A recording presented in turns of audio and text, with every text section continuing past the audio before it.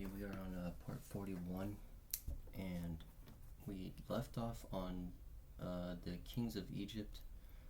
I think this is Diodorus Siculus. So, after Sesostris, which I think we read in the last video, was like one of the kings that, built all those pillars and all this stuff and went all the way into Thrace and stuff like that. So we're leaving off right here with Sesostris II, the son of the preceding. Excuse me. Excuse me. Many kings succeeded him. Amasis, who was conquered by Actisanes, was Ethiopian.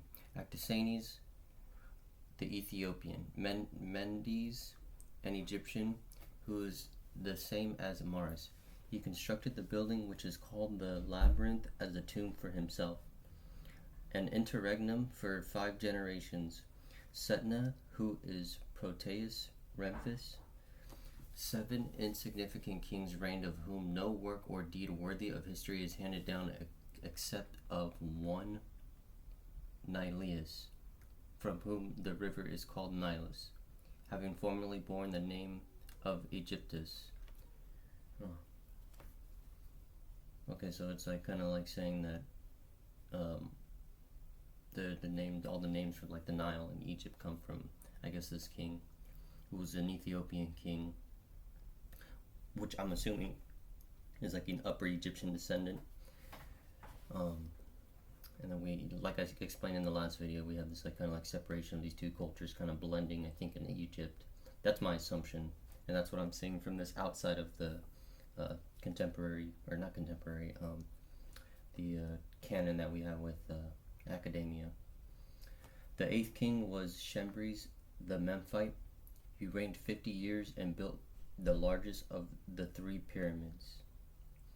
Okay, so that's recorded by Diodorus Siculus, that one of these other kings from a later time period. So after the Ethiopian kings, you then have the lower kingdom being worked on, and that was Cheops, Chambres, who built the largest of the pyramids. Okay, so after his death, his brother Sephron received the kingdom and reigned 56 years. Some, however, say it was not the brother but the son of Chambres that succeeded him, and that his name was Chabrais.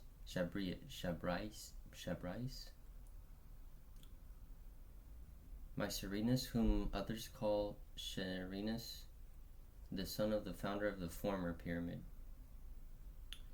He undertook to raise a third, but he died before the completion of the work. Interesting.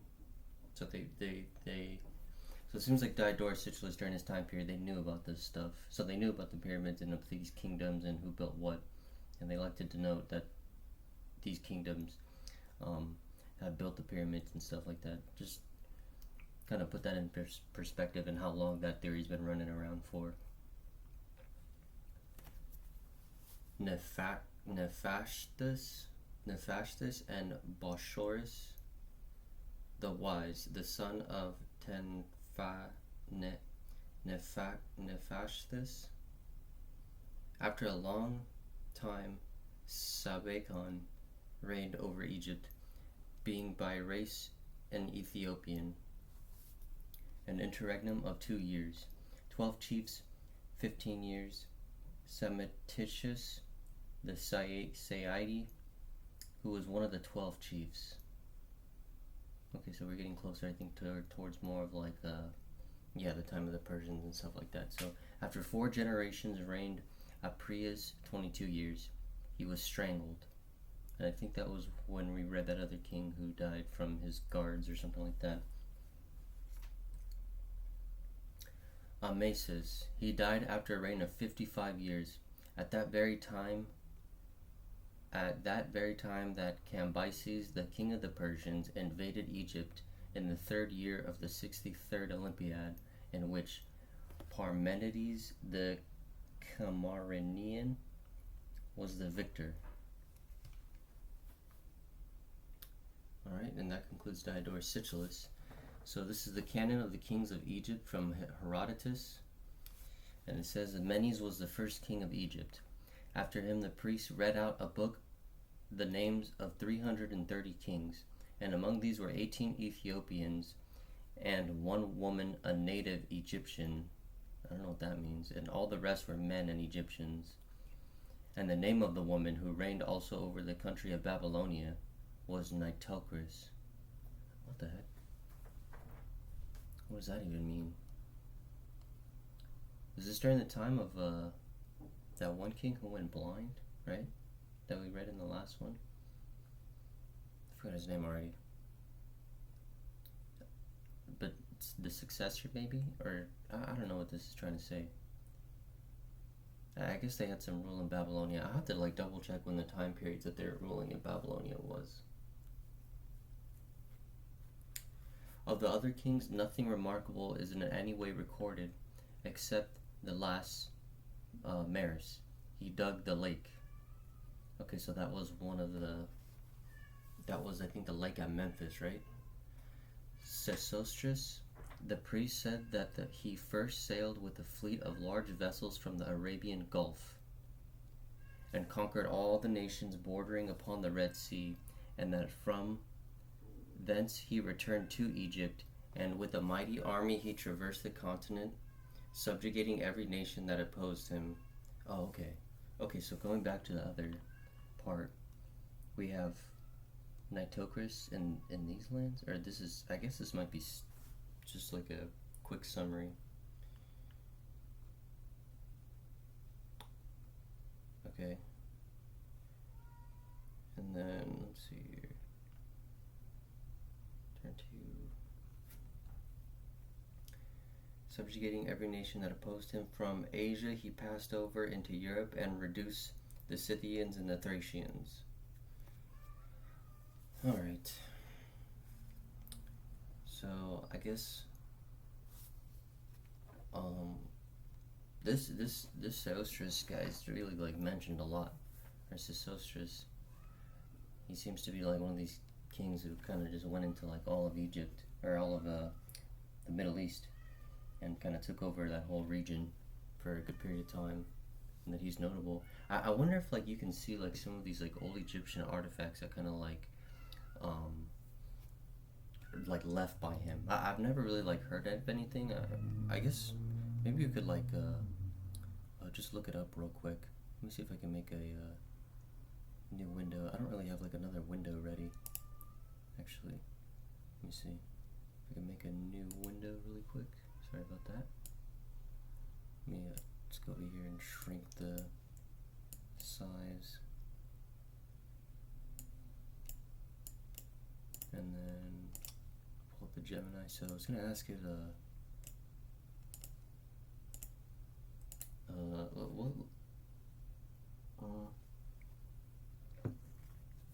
let me see, what time period did Sesostris rule Egypt, and was this before, I think, Mycenae, Greece? I think that's how you spell it. I might be spelling it wrong. Seems like I spelled it wrong. Oh, maybe I just didn't capitalize it. Whatever.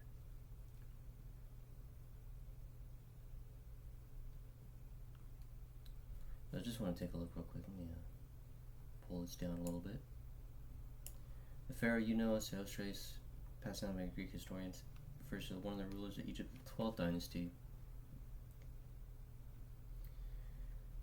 Let's see here. Predates the Mycenaean Greece civilization. So I know, like, from my like general studies, that Greece was like first known as Mycenaean Greece, and then there's like a Dark Age, and then there's the classical Greeks, which is the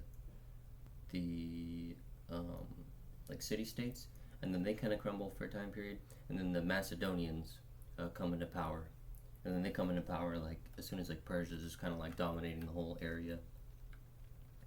So the name Sesostris is Greek word for the name Senestret. Okay, so it's before this name during the Middle Kingdom. Senestret the First, so he was a prolific builder. We probably went all through this in another video. I just want to kind of re-summarize it again. So This was, yeah, just before Mycenaean Greece. So this was like, so Greece was like called the Thracian Empire, so to speak. I mean, I guess this is the only way to explain them as, which is interesting. I never really like read into that. Let me, I kind of want to know about it. So what preceded them was some sort of Thracian Empire? Because they note like Thrace is like a big capital, like, or like the edge of Europe. They don't really address like anything of like Germany and stuff like that. Yeah, I'm assuming it's because of like the, what is that mountain range called? Not the Danube River, but the Alps? I forget which mountain range it is. Anyways, it like blocks off like Germany and France from like Italy and stuff like that. So, let's see. Thracians were indeed a significant ancient people. They did not form an empire. It was Minoan. So they just call it Minoan. And it overlaps with the emergence of Mycenae. So they don't like to say anything about Thrace. And that they're mostly on Crete.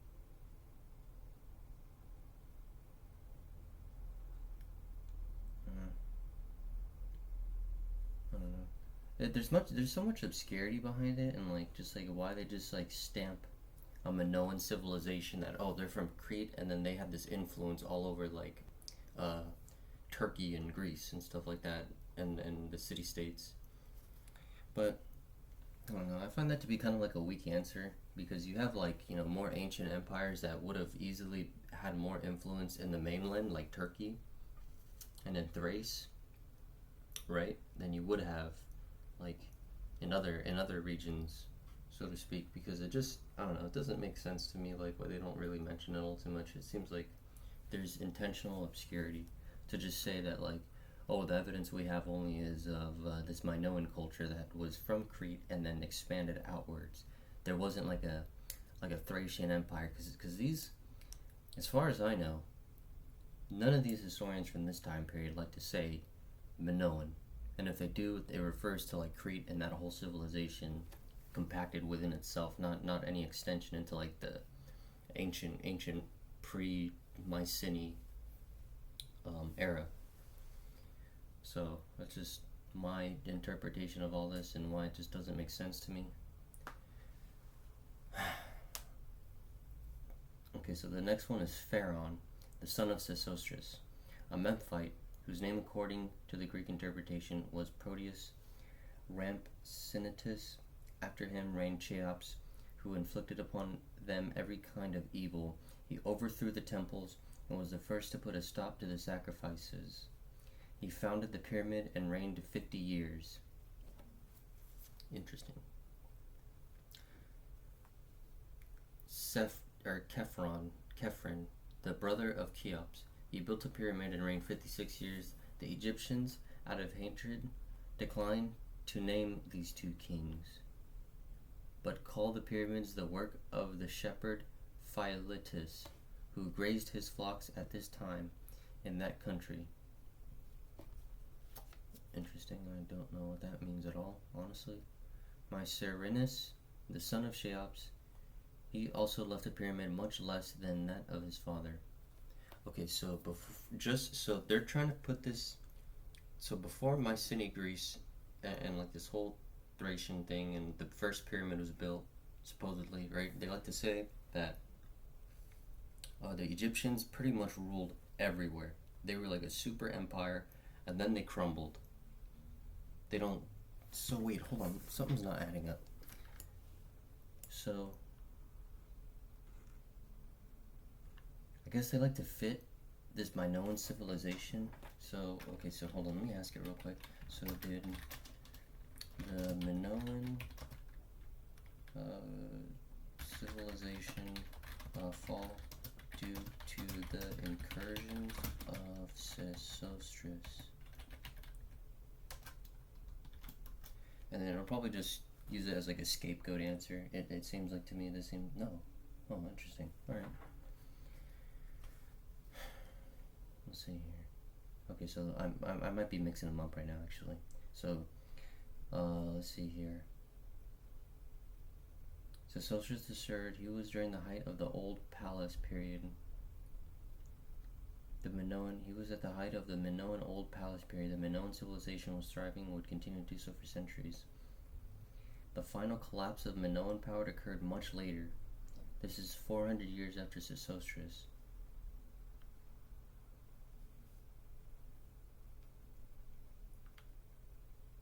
This is so stupid. How do you say like a volcanic eruption completely destroys like this whole influence into like Turkey and Greece?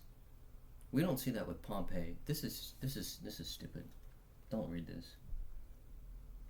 The weakening of the Minoans created a power vacuum in the Aegean. Okay, so that's where the city-states are. Expertly exploited by the emerging Mycenaeans from Greece. Yeah, but doesn't Sesostris overrule all of this because he conquered all of Asia and up to Thrace?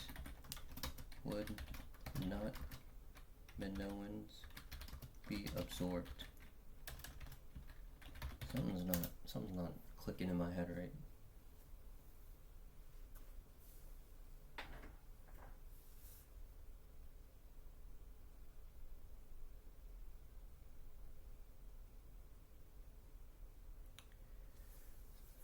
Okay, so it says I'm referencing a legendary account of Sesostris, and primarily from the Greek historian Herodotus, but we just read that there's multiple historians like Diodorus Siculus, right? Why is the AI telling me that only Herodotus? Oh, dude. And then they just start telling me there's a difference between historical figures and legendary figures. It's like, where do they draw the line with legendary figures and non-legendary figures? I don't understand. Is it the lack of historical evidence there? Because you can say that for like, dude, you can say that for like a lot of kings who ruled during this time that would have gotten all their stuff destroyed. Like this is just ridiculous. Like this is what people recorded multiple times, and then they're saying that this is just legendary accounts, and he didn't really rule. He didn't really rule all those lands. Is that what this is telling me? Modern historians and Egyptologists consider this account to be a vast exaggeration or a composite legend. And it's fair. Okay, so it's fair to say here that Herodotus blended the real achievements of several powerful pharaohs, right? So it could have been like multiple, like Senesrets or Sesostris. That's fair. But we see that with like Ashurbanipal being like kind of like named. What's his name? What do they call him in here? Sennacherib? I don't think it's Sennacherib, but I think it's a different name. But it's like a conglomerate of like a bunch of different kings that ruled successively. But then, like, these historians kind of record it as just one king. But it's so that's fair. But like, but to say that like there's multiple accounts of like this king who came into like all these lands and built like pillars for like the people he conquered, and then people that just subjected themselves, right? He put like, instead of a pillar, he put like female genitalia or like some sort of like icon of that sort. I don't really know what icon that would be to the Egyptians, but that's what it would say. So I don't understand like why they draw the line on this stuff, and like why it's not considered as like just like look at. And then so would Minoans have been absorbed? No, because the premise of the conquest is not historically supported. So let's see here what they say about why the Egyptians don't absorb them. Minoan style frescoes have been discovered in the Egyptian city of Avaris in the Nile Delta. Egyptian artifacts such as stone vessels and scarabs bearing the names of pharaohs are commonly found in Minoan archaeological sites on Crete. Okay, so even if it's like a peaceful exchange of some sort, or like, I don't know. But to be honest, trying to conquer an island is kind of impossible. Well, not impossible, but it's a lot more difficult than trying to take over like a piece of land. So this is just like a lack of evidence on the other side, and then I don't know. I'm thinking that like there's some sort of like I don't know. Maybe I need to look at more accounts of what's going on with this whole situation, because like obviously the historians like to say that there's no king, and that this is completely legendary, that like Sennacherib the first did not claim all of these lands, but I think it's very much possible. I think it's definitely possible for something like that to occur, especially when it comes to like the ancient time periods, and like how they like to say that, like, you know, oh, Cyrus ruled, you know, he got into like all of Egypt and all these places and stuff like that, and whatnot. So it's like, how come it couldn't be achieved for like another culture? Is there something like being not said? Why is that not legendary yet this is? And it's like, oh, well, there's multiple accounts of like what happened before, but it's like, well, what if the older accounts are already destroyed? It's just a lot to ponder about, and like taking like what these historians have said and left behind should never be like thrown away or not considered. It should always be like just kind of thought about and then connected with other conclusions that people have found.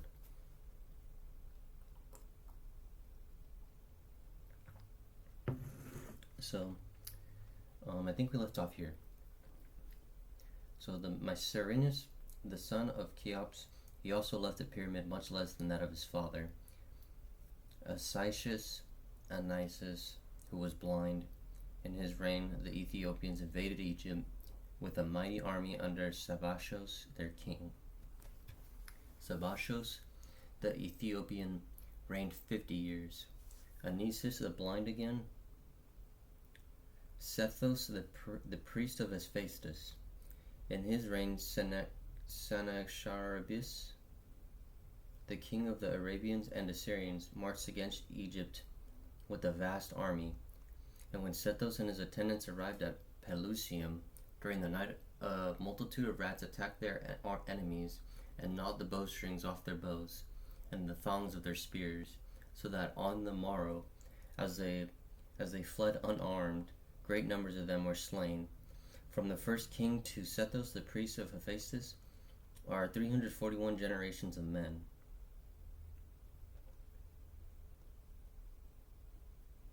So they were conquered by the Arabians and the Assyrians. What is this saying?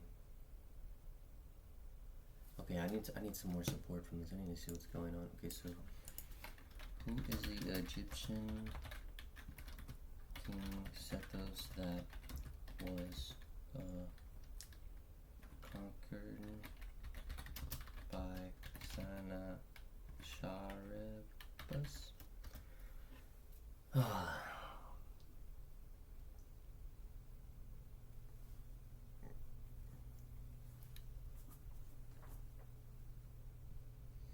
Sethos referring to the described, let's see, it was unique story, interpretation of real historical event. The historical pharaoh who faced Sennacherib was likely Taharka, a powerful Nubian king. Okay, so yeah, this makes sense, right? The Ethiopians, right? These descendants, I said, were like, are like, the Ethiopians are ancestors of the Nubians, right? So it says a powerful Nubian king was Taharka. So this is an Upper Egyptian king. Sethos is the name Herodotus gives it to a priest king who he credits with the miraculous victory. There's a breakdown. Okay, Sennacherib was a formidable king of the Neo-Assyrian Empire.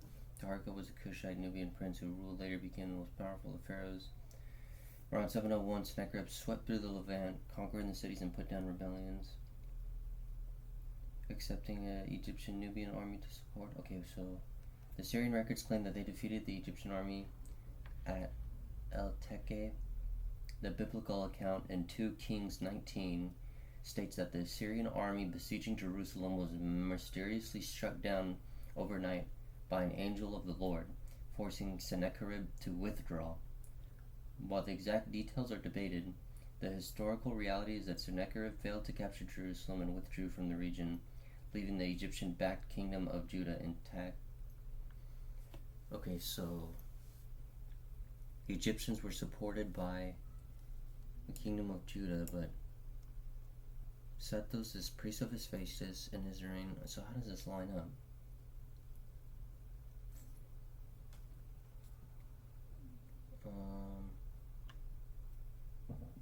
So divine intervention, a plague of mice, was a way to explain how the Assyrian army failed to capture Jerusalem. Okay.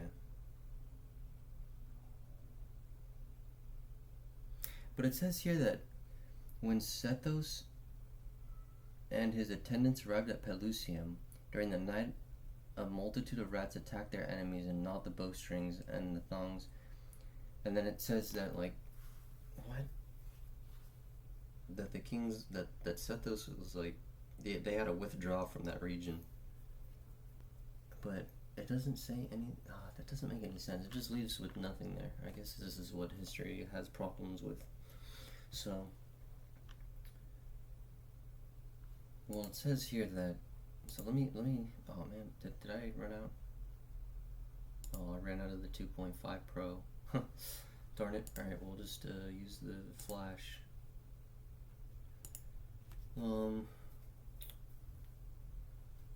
So I don't even know what to ask it anymore. I think we're kind of stumped.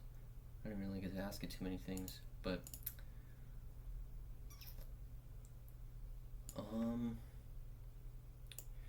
so we just have like a. It says in 2 Kings 9 that like the kingdom of Judah was backed by Egypt, right? And then they like warded off the Assyrian Sennacherib. But it doesn't explain how this story occurs and that what this ensues. Which is kind of like, doesn't say. It's just a weird story. Okay, well, anyways, in all these 11,340 years, they say no god has made his appearance in the human form. And during this time, they affirm that the sun has twice risen in parts different from what is his customary place. That is to say, has twice risen where he now sets, and also twice set where he now rises. Well, that's pretty obscure. I don't know what that means either. It's some like mysticism, I guess.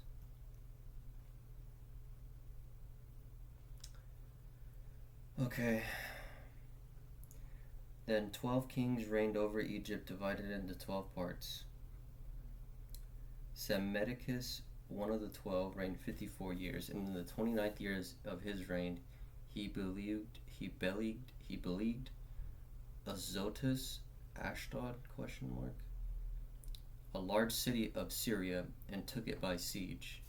Necos, the son of Psammetichus, reigned 11 years. He was the first who undertook to cut the canal through the Red Sea.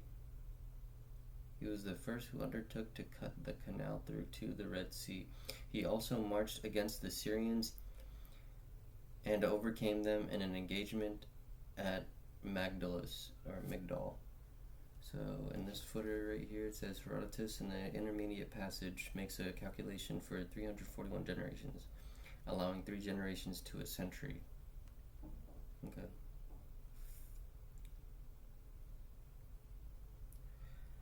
And after the battle, he took Caditis, a large city of Syria.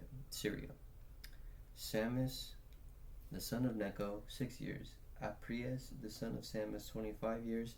Amasis, 44 years. Samanitis, the son of Amasis, 6 months.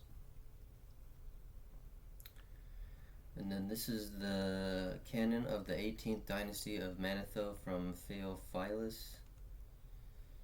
Then it has Amasis, Chebron, Amophis, Amis, Mephris, Metharamuthosis, Thutmosis, Damphinophis, Orus. Okay, so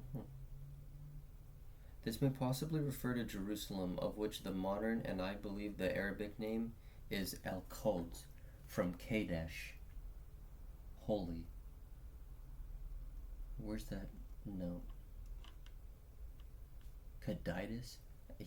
And after that he took Cadidas, a large city of Syria. Oh, interesting. So it says the Egyptians took over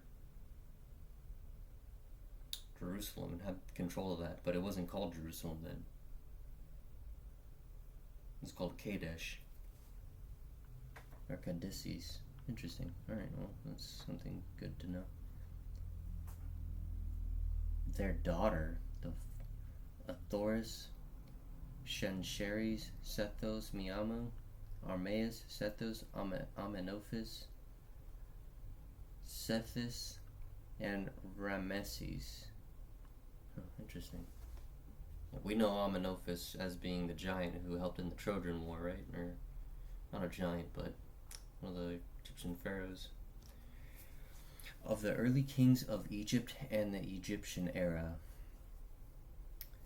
Actually, I think I'm going to leave off right here, actually, because it's already about 30 minutes in, and then there might be a lot to read in all this, so we'll continue in the next part, and this is from Josephus, so yeah, we'll leave off right here, definitely.